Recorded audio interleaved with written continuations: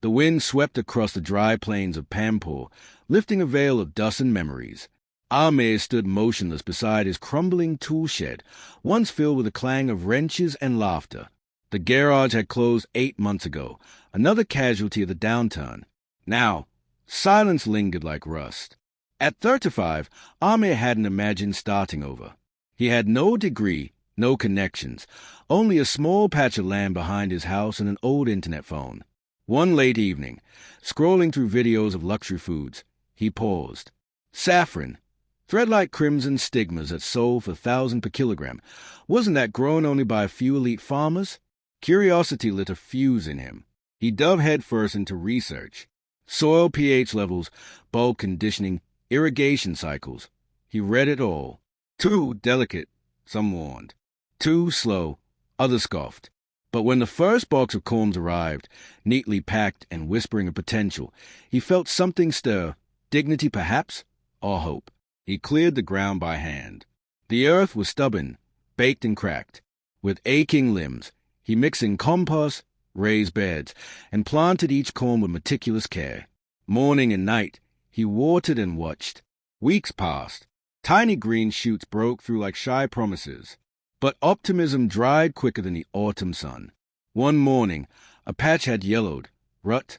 Soon, more followed. Fungal spores had crept in during a sudden rain.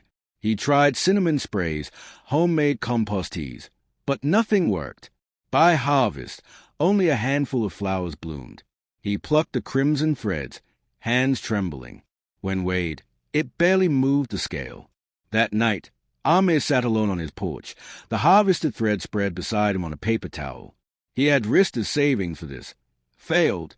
You grew saffron, came a voice from the gate. It was Rehman Sahib, a retired botanist known for his reclusive ways. I tried, Ahmed muttered. Rehman stepped inside, stooped but sharp-eyed. He examined the flowers, then the soil. You planted too deep, and your drainage is poor. Come by tomorrow, I'll show you something. That visit changed everything. Over the winter, Ahmed learned to cure the bulbs, amend the soil with crushed eggshells and biocompost, and build raised slope beds to keep water from pooling. By spring, he planted again, this time with precision. The second bloom was different. Flowers came fast and thick. The color, vivid. The aroma, intoxicating. He dried the threads under low heat and packaged them in glass vials. Instead of selling to local middlemen, he listed them online with crisp photos and honest storytelling. Orders trickled in, then surged. By year's end, he had made triple his garage salary. His neighbors watched in silence as he expanded the beds and set up a small drying shed. Some came with questions. A few came with seeds of their own. Ahmed smiled, offering tea and advice. He never claimed to be an expert, just a man who once believed a flower could change everything, and was right. The house was quiet now, too quiet. Priya swept the clay floor of her kitchen, her daughter's school shoes still muddy by the door. The radio had long stopped working, and so had she, at least officially. Since her husband's sudden passing, every day had become a math problem. Rice or milk, fees or medicine. But Priya was good with problems. She noticed things, like how the vegetable scraps piled near the cowshed turned soft, almost spongy, in the monsoon. How mushrooms grew wild near the compost pile. How the price of one packet at the market was more than a full meal. She borrowed her neighbor's old smartphone and spent nights watching videos. Farmers in other states growing oyster mushrooms inside dark rooms, using waste paper and wheat husks. She took notes in an old-school notebook, then disappeared into the back storeroom of her house. The room was a narrow rectangle, damp and dusty. Perfect. She layered crates with soaked paper and boiled straw. She placed a mushroom spawn like buried treasure, sealed it with plastic, and prayed. Days passed. Then weeks. Nothing. A strange smell filled the room. When she peeled back the plastic, the surface was covered in white fuzz, and not the good kind. Contamination. Spoiled. Black fungus, murmured the vegetable seller when she asked. This work isn't for women. Priya didn't respond. She went home and burned the ruined blocks in silence. Still, something inside her refused to rot. A week later, a knock at the door. It was Arvind, the local agriculture officer, sent on a government outreach visit. When she hesitated to explain her experiment, he leaned in, intrigued. "You need airflow," he said, pointing to her storeroom, "and steady humidity. I can help if you're serious." She was. Together, they rigged a plastic tent with bamboo and tarp. A second-hand fan kept air moving. She sanitized everything. She waited. The second batch emerged like quiet victory, small, white caps breaking the surface like curious eyes. This time, they lived. Priya harvested them with a child's care, packed them in brown paper, and carried them to the hotel across town. The chef raised an eyebrow, then a mushroom to his nose. That evening, she sold her first kilo. Word spread. Orders came in. She set up shelves, then crates. Her daughter helped with labeling. Oven connected her to other women, and soon she was teaching, not just growing. The storeroom, once a place of mildew and mourning, became a nursery of hope. And every morning, as the mushrooms emerged in quiet clusters, Priya saw more than food. She saw control, possibility, a second beginning. She never spoke of revenge or miracle, just of knowing something the world had missed, that from decay could rise something rich, pure, and alive. The red soil of Kitchui crunched beneath Daniel's sandals as he stepped off the bus. Dust clung to his jeans. The scent of dry maize and sunburnt grass filled the air. Home. After failing his final year of secondary school, Daniel had left Nairobi in quiet defeat. City life had swallowed his dreams and spat out doubt. Now back at his family's parched homestead, he was greeted not with scorn, but silence. His parents were kind but tired. The land they worked barely fed them. He walked the perimeter of the farm, dry ridges and fading cassava plants his inheritance. He needed a plan, one not written in anyone else's script. That night, he scrolled his phone under a flickering solar lamp. A short video caught his eye, a green powder hailed as a superfood. Moringa. High in iron, antioxidants, protein. It was being sold across Europe and North America for premium prices. The next morning, he asked his father about it. "Moringa?" His father laughed. "That tree? It grows wild here. People feed it to goats." But Daniel saw it differently. He cleared a plot near the stream and planted 200 seeds, then built a drying rack from scrap wood and wire mesh. Every day, he read more.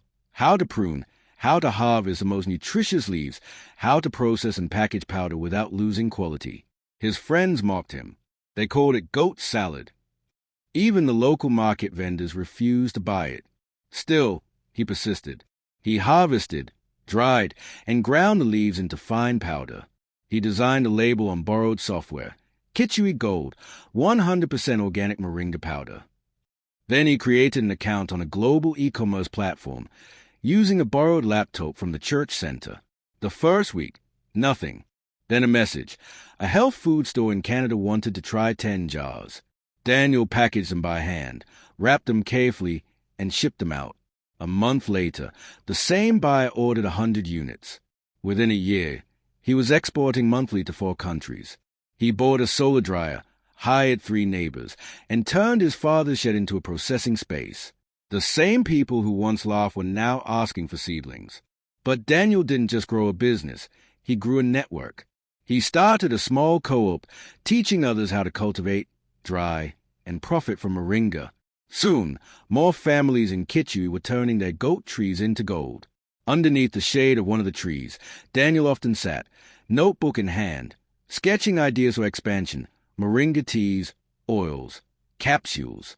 The tree that once meant nothing now rooted him to a future he built himself. He never claimed to be a genius. He just looked at what others ignored and listened for what the market truly wanted. Vikram's resignation email had no dramatic flourish, just a simple line, "I need to feel alive again." The tech firm didn't ask questions. After 7 years of night shifts and caffeine-induced anxiety, he walked away from his cubicle and into the open field of his ancestral village. He wanted silence, sun, and something real. But the family farm, long neglected, offered little promise. The soil was rocky, the irrigation patchy, and his father's old tractor hadn't moved in years. Neighbors suggested wheat, maybe maize, easy crops, they said. But Vikram wasn't looking for easy. He wanted extraordinary.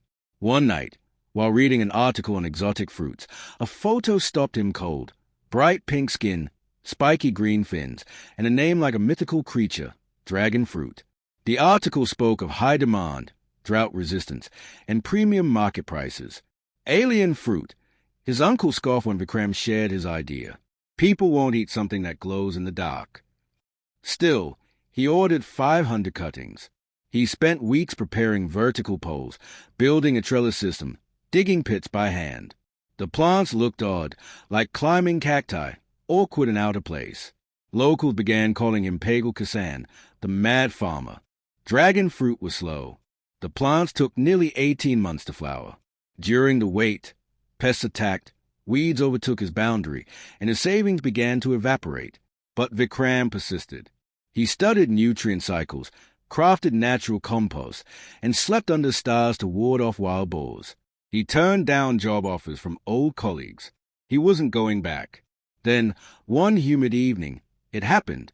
Under the silver gaze of the moon, a single white flower bloomed, enormous, fragrant, like porcelain touched by magic. By morning, it wilted. A few weeks later, the fruit appeared, small at first, then swelling into orbs of fuchsia. The first harvest brought 30 kilos. He sliced one open, vibrant pink flesh, dotted with seeds, sweet as summer rain. He took photos, posted them online, and contacted a few food bloggers. The response was electric. Within days, chefs and health enthusiasts were inquiring. A boutique grocery chain offered a standing order. He named his venture Night Bloom Farms and began planting more cuttings. By the following season, he was shipping weekly. He hired workers, reinvested in irrigation, and started hosting workshops for curious farmers. The same villagers who once mocked him now asked for advice. Some even planted their own vines. Vikram never set out to prove anything. He only wanted to feel alive. And in the strange, night-blooming fruit, he found purpose, vivid, stubborn, and wholly his. He still keeps the first flower, pressed in a book near his bed, not as a trophy, but a reminder. Sometimes the brightest things grow in the dark, and those who wait bloom.